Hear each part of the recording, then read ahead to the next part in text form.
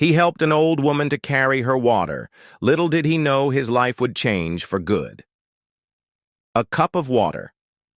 A river of blessing. Theme scripture. Matthew 25:40. Truly I tell you, whatever you did for one of the least of these brothers and sisters of mine, you did for me. In the quiet village of Gulu Hills, one young man's simple act of kindness, helping an old woman carry water, unlocked blessings he never imagined. Welcome to African Gospel Tales, where we spread the light of Jesus through powerful stories rooted in African life. If you're blessed by this story, like, share, subscribe, and turn on your notification bell. Together we share the gospel, one story at a time. In every village there's a story that waits to be told, a moment that seems small to the eyes of men, but great in the sight of God. What if the key to your breakthrough is hidden in someone else's burden? What if the very act of kindness you ignore is the doorway to your next level?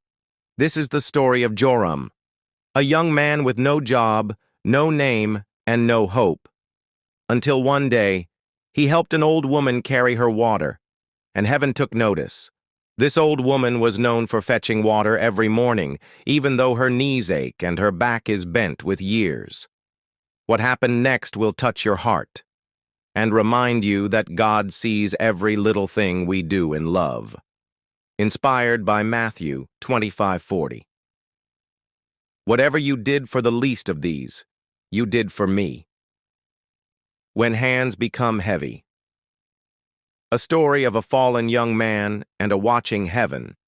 They praised him when his hands were full, but now that his hands are empty, the same people use their words to break him.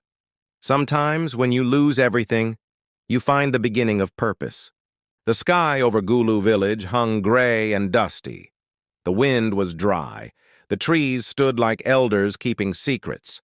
The morning sun had barely risen, but the noise of goats, clanging jerry cans, and waking roosters already filled the air. In a crumbling mud house with a leaking roof, Joram, once the proud breadwinner of his family, now sat shirtless on a broken plastic chair.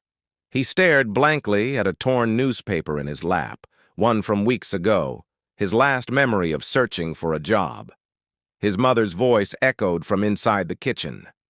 "We only have cassava flour left. No beans, no sugar.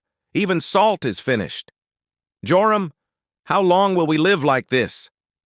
He didn't answer. His lips were dry. His once clean-shaven face was now stubbled and tired. Just 6 months ago, he worked as an assistant at a construction site in the city. He wore boots, carried blueprints, and sent money home every Friday. But then, the project ended. The company folded. He returned home empty-handed, and since then, every door he knocked on had remained shut. Outside, his brothers were already awake. Laban, the youngest, stood shirtless beside a bicycle he borrowed to run errands for neighbors. Laban, loudly to neighbors, "I can't depend on my big brother O. Once upon a time he was Mr. I'll send money. Now he's Mr. God will provide." They laugh. Okello, their elder brother, rode by on his boda, pausing just enough to throw salt into Joram's wound. "You should have stayed in town. Now even the lizards in this compound pity you."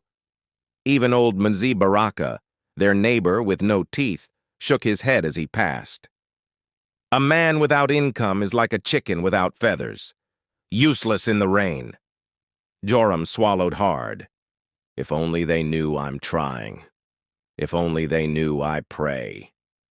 Inside the house, the roof leaked into a cooking pot. The bed creaked with every movement. His sister's school shoes were torn.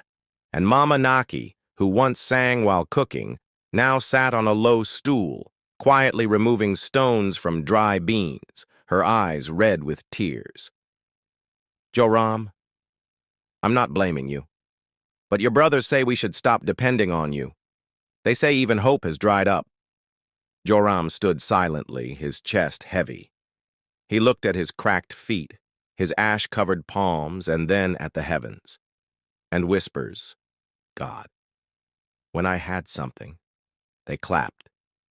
Now that I have nothing, they mock me. Do you still see me? Just then, a sound came from outside. The dragging of plastic on gravel. A familiar sound. The struggle of the old down the dusty road, Mama Anek, an 80-year-old widow, tried to lift a yellow jerry can filled with water. Her hands trembled, and her back bent like a bowstring drawn too many times. Her compound was at the far end of the village, and she had no children left to help her. People passed by, some nodded in pity, others hurried on. No one stopped. Just then, Joram looked up from his seat. Something in him moved. He stood up, brushed the dust from his knees, and walked toward her. Joram. Mama, let me help you with that. She looked up slowly, surprised. Joram? You? God bless you. Ooh, this back of mine is crying. He lifted the heavy jerry can and carried it on his shoulder with ease. They walked together, and she talked about how her children had died, how her husband was buried under the mango tree, and how only water remained loyal to her. Joram listened. He didn't rush her. When they reached her home, she wiped her eyes and smiled. You are different, my son. May God lift the weight off your life the way you lifted mine today. One step of kindness, one destiny changed. He carried water. But what he really carried was the key to his future. Sometimes all heaven needs is one small act of obedience to rewrite your story. There are moments when heaven bends down quietly to watch how we treat those who cannot repay us. The dust rises slowly with every footstep. Joram, still barefoot, now walks beside Mama Anek, balancing her full jerry can on his strong but tired shoulder. He walks with a steady pace, not rushed, not proud, just present. Mama Anek, though old and frail, tries to keep up with him. I thought I would die on that road today. My back is no longer made for lifting, only for leaning. Joram chuckles slightly, wiping his brow. You should not be carrying this alone, Mama. Where are your grandchildren? She sighs deeply. Mama Anek. Buried. Some by sickness, some by war, and the rest by life. Now it's just me and the Lord, and my jerry can. They continue walking. Joram says nothing, but he listens, carefully. Mama Anek, softly. You are a good boy, Joram. Not many stop to help anymore. Everybody is in a hurry to get somewhere, to get something. Joram looks away, shame flickering in his eyes. They call me useless now. Even my brothers. I used to send money home. Now I'm the one they hide sugar from. Mama Anek places a hand on his arm. Let them talk. When the rain comes, the ground answers, not the clouds. Keep walking, keep being kind. God is not sleeping. He swallows hard, blinking fast. Quietly. But I'm tired, Mama. Tired of trying, of hoping, of waiting. She stops walking. He turns back to look at her. Then lean on my hope. I have enough to carry us both today. A short silence. Then she laughs, a warm, rattling laugh full of life. And if you're really tired, we can take turns carrying the jerry can. Joram laughs too, the first real laugh in weeks.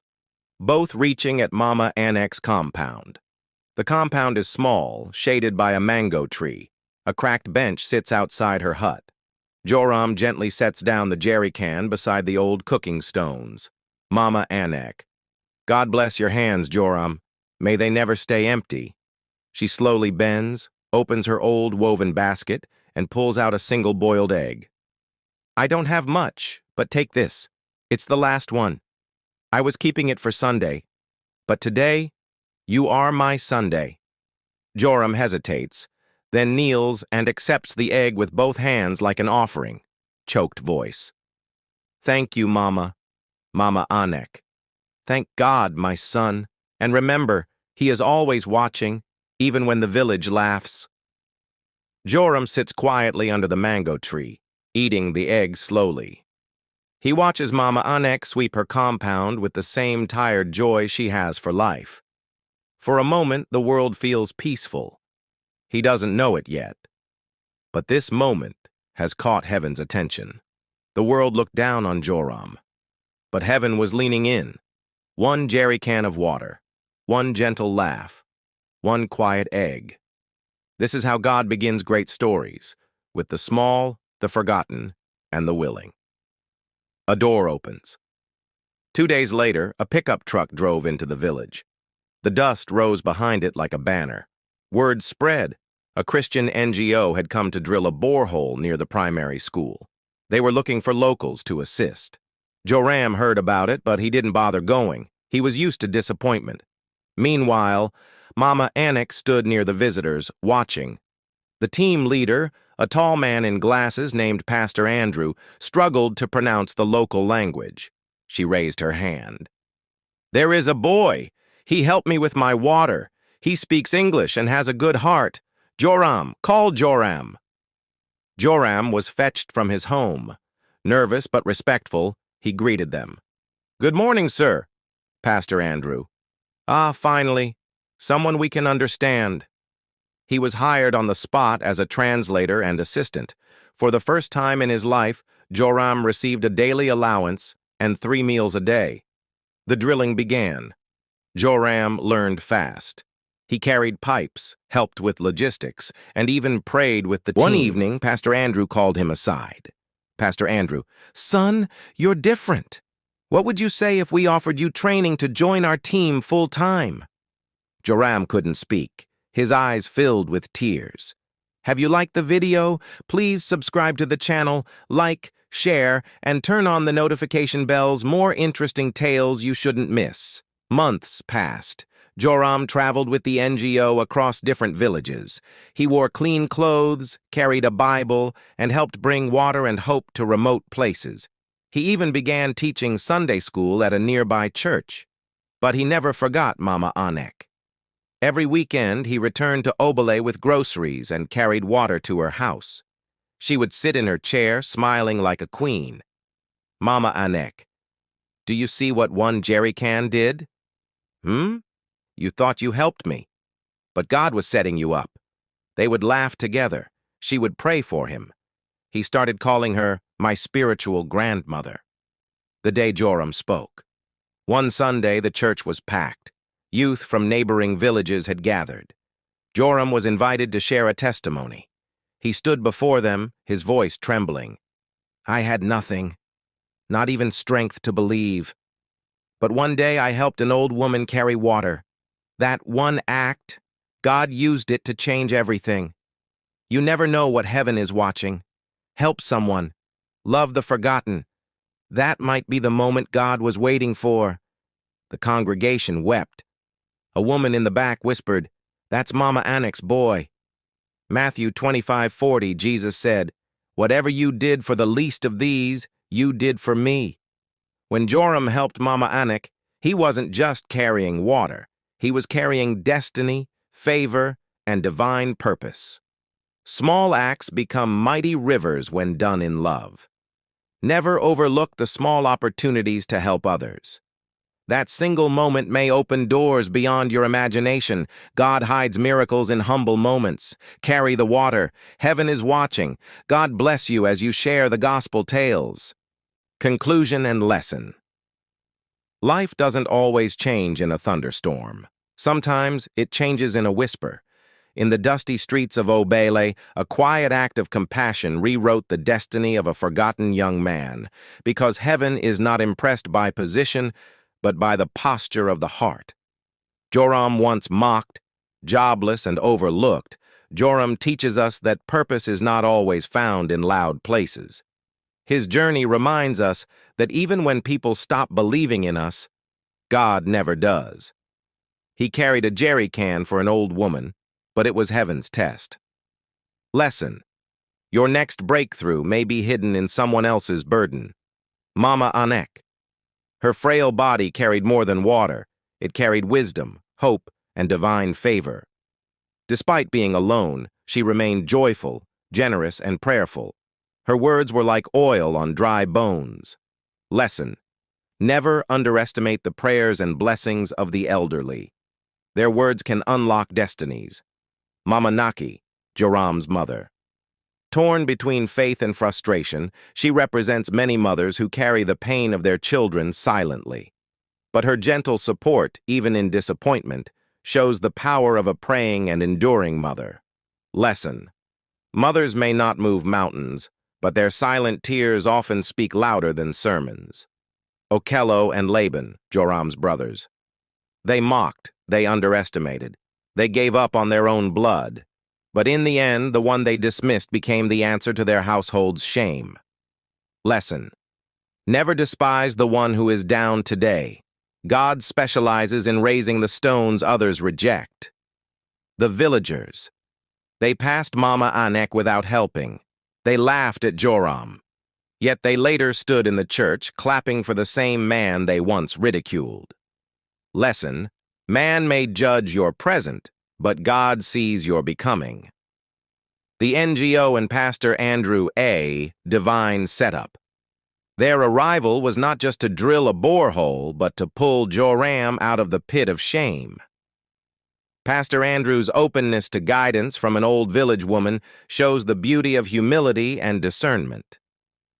Lesson: God often uses strangers to elevate you, but your character must be ready before they arrive. The story of the water she carried is not just about water. It's about destiny, about seeing God in ordinary moments, about how the smallest act of love can bring the biggest transformation. So the next time you pass someone struggling, don't just walk away. That might be the moment that God is using to change your life. Matthew 25:40. Whatever you did for one of the least of these brothers and sisters of mine, you did for me. And Proverbs 19:17. Whoever is kind to the poor lends to the Lord, and he will reward them for what they have done.